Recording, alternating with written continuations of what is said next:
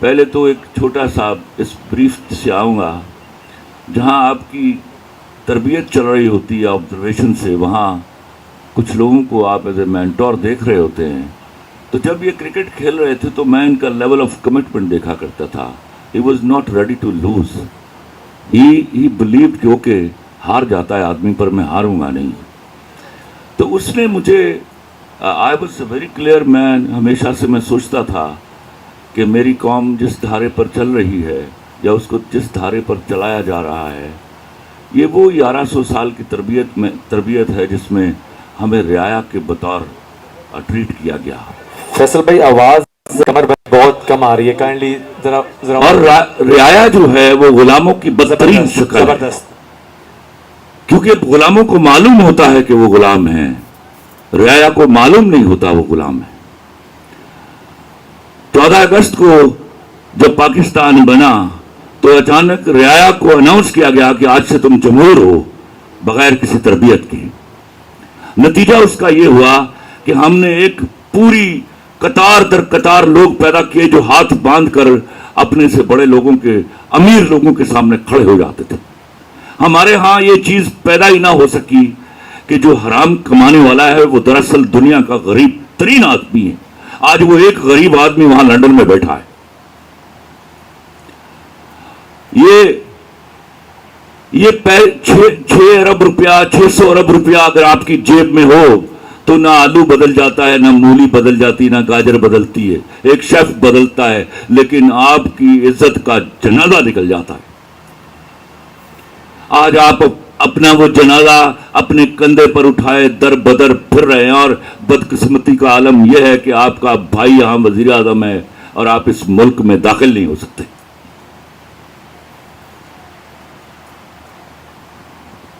وہ جو کرشمہ سازی تھی جس میں آہستہ آہستہ ہم نے ٹیبلز ٹرن کی اور امیر آدمی کو عزت دینا شروع کی, یہ سوچے بغیر کہ اس کے کمائے ہوئے پیسے حلال کے ہیں یا حرام کے, اس نے تباہ کیا یہ میرا ملک.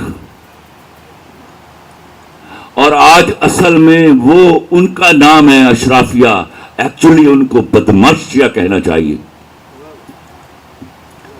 اس بدماشیہ سے جنگ ہے, وہ جنگ جو 75 سال سے ہم مسلسل ہارتے ہوئے آ رہے ہیں. ایک شخص آیا, میں آج I am not the kind جو کسی کی منہ پر تعریف کروں گا, لیکن یاد رکھیے گا میں جب پہلی دفعہ عمران خان کو ملا تو یہ پرائم منسٹر تھے. میں تب بھی دیکھ رہا تھا کرسی واز ناٹ امپورٹنٹ فار ہم. میں جب دوبارہ ملا تو 4 گولیاں لگی ہوئی تھی, اور میں حیران ہوا یہ سوچ کے, جو میں نے زندگی بھر اپنے پرائم منسٹرز کو دیکھتا رہا. ایک شخص میرے سامنے بیٹھ کے یہ کہہ رہا تھا, خلیل میرے ہاں کی جو سوسائٹیز ہیں وہ اس طرح بڑھنے کی بجائے اس طرح بڑھ رہی ہیں, کل ہمارے پاس زمین نہیں رہے گی. اینڈ آئی واز شاکڈ کہ اچھا کوئی ایسا آدمی بھی اللہ نے ہمیں دیا ہے جو اس طرح سوچ رہا ہے کہ زمین کو بچا لیا جائے, کل یہاں سبزی ترکاریاں اگانی ہیں ہم نے.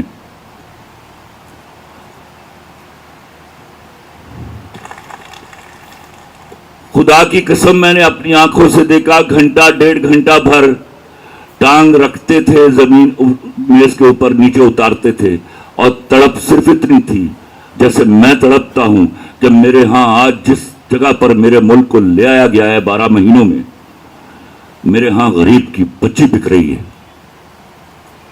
اور کل 10 12 15 سالوں کے بعد ہمیں اپنے ملک کا سوشل سیٹ اپ سنبھالنا مشکل ہو جائے گا.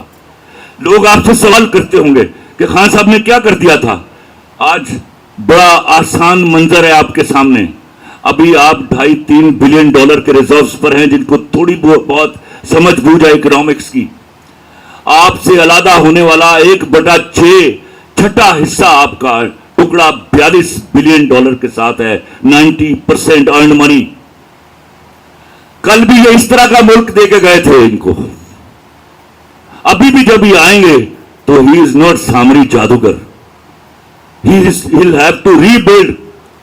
اور دعا کیجئے کہ جب دوبارہ ری بلڈ ہو جائے تو پھر تالے آزما پھر اپنا وار نہ کرے.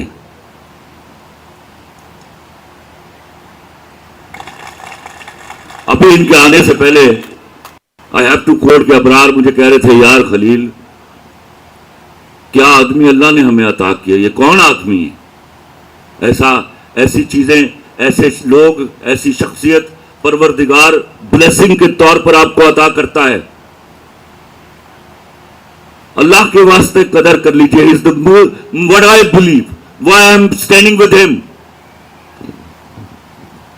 He is the most honest person available in the country.